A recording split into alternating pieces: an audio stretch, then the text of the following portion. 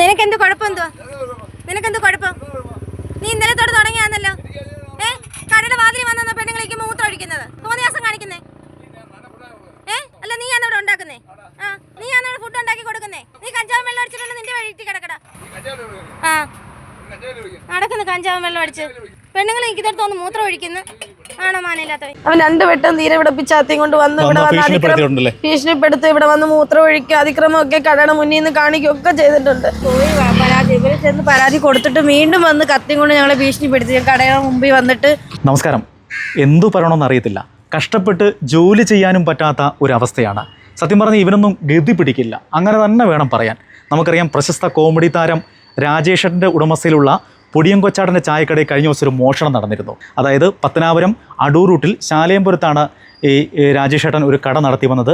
ഭാര്യ സുജാതയാണ് അവിടെ ഇരിക്കുന്നത്. അപ്പോൾ ഈ ചേച്ചി രാവിലെ കട തുറക്കാനായി എത്തിയപ്പോഴാണ് കടയിലുണ്ടായിരുന്ന ഇൻവെർട്ടർ, ഗ്യാസ് അടുപ്പ്, കുറേ പൈസ, അതുപോലെ തന്നെ കഴിഞ്ഞ ദിവസം മേടിച്ചു വെച്ച ഈ പൊരിപ്പ് സാധനങ്ങൾക്ക് ഇടാൻ വേണ്ടിയുള്ള എല്ലാ സാധനങ്ങളും അപഹരിച്ച് ഏകദേശം ഒരു 50,000-ഓളം രൂപയുടെ സാധനങ്ങളാണ് ഈ മോഷ്ടാവ് അപഹരിച്ചത്. അത് ഏറ്റവും സങ്കടം എന്ന് പറഞ്ഞാൽ ഇവർക്കൊരു അയൽവാസി കുറച്ച് ദിവസത്തിന് കൊടുത്തൊരു ഇൻവെർട്ടറാണ് കൊണ്ടുപോയത്. ഏകദേശം 10-15,000-ഓളം രൂപ വില വരുന്ന ഇൻവെർട്ടറാണ് ഇയാൾ അപഹരിച്ചത്. ഇനി ഇതിന് പിന്നിൽ കുറേ ദിവസം മുമ്പ് ഒരാൾ വന്ന് കടയുടെ മുമ്പിൽ മൂത്രമൊഴിച്ചിരുന്നു. അതായത് ഈ സ്ത്രീകൾ മാത്രം കച്ചവടം ചെയ്യുന്ന സമയത്താണ് ഈ ഒരു സാമൂഹ്യവിരുദ്ധൻ വന്ന് മൂത്രമൊഴിക്കുക, കത്തി കാട്ടി ഇവരെ ഭീഷണിപ്പെടുത്തുക, ഇവരുടെ കട നശിപ്പിക്കുക തുടങ്ങിയ സംഭവങ്ങളും ഉണ്ടായിട്ടുണ്ട്. അപ്പോൾ ഈ നാട്ടുകാരൊന്നടങ്കം പറയുന്നത് ഇവനാണ്, ഈ സാമൂഹ്യവിരുദ്ധനാണ് ഇതിന് പിന്നിലെന്നാണ്.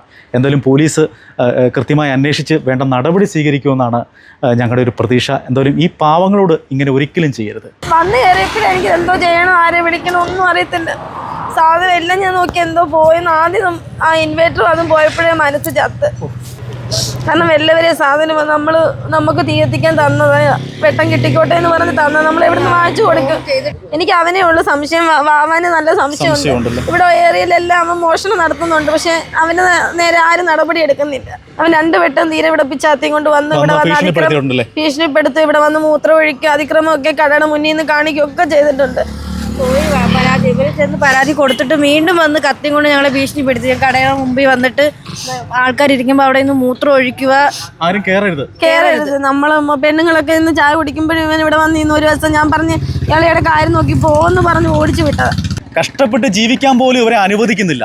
ഇവിടെ എച്ചിപ്പാത്രം കഴിയുവാണ് നമ്മൾ ജീവിക്കുന്നത്, ഇല്ലേ? ഇങ്ങനെ കൊണ്ടുപോയി അവന് ഗതി കിട്ടും. ഈ ഒരു പേരിന്റെ കച്ചവടം ഉള്ളു ഇവിടെ, അല്ലാതെ വേറെ ഒരു ആടെ സഹായവും അല്ലാതെ ഒരാടെ കച്ചവടവും അല്ല. അതാണ് ഒരുപാട് സ്നേഹമുള്ളവര് ഇവിടെ വന്ന് ചായ കുടിക്കും. സത്യം, നമ്മുടെ രാജേഷ് ബ്രോയോടും ഈ ഒരു ടീമിനോട് സ്നേഹമുള്ളവരാണ് ഈ കടയിൽ വന്നുകൊണ്ടിരുന്നത്. മറ്റുള്ള കടക്കാരെടുത്ത് അവരെടുത്ത് പോലും ഞാൻ പറയും, അത്രയ്ക്ക് വിഷമമുണ്ട് എനിക്ക്.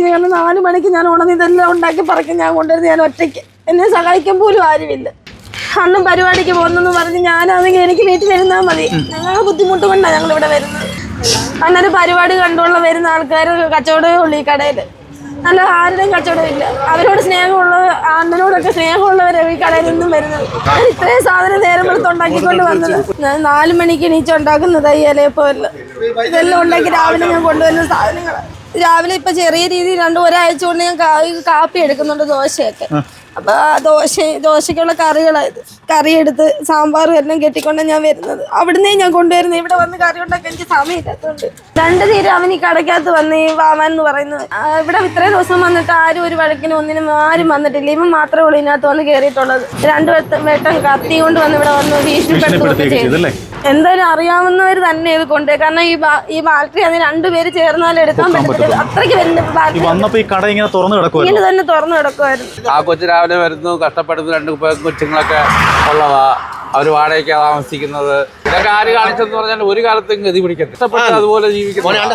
ഇവിടെ ഞങ്ങൾ ആഹാരം കഴിക്കുന്നത് ഇവിടെ അടുത്തുള്ള ആൾക്കാരെ സാധനം കൊണ്ടുവരും, വേറെ ആരും ചെയ്യത്തില്ല.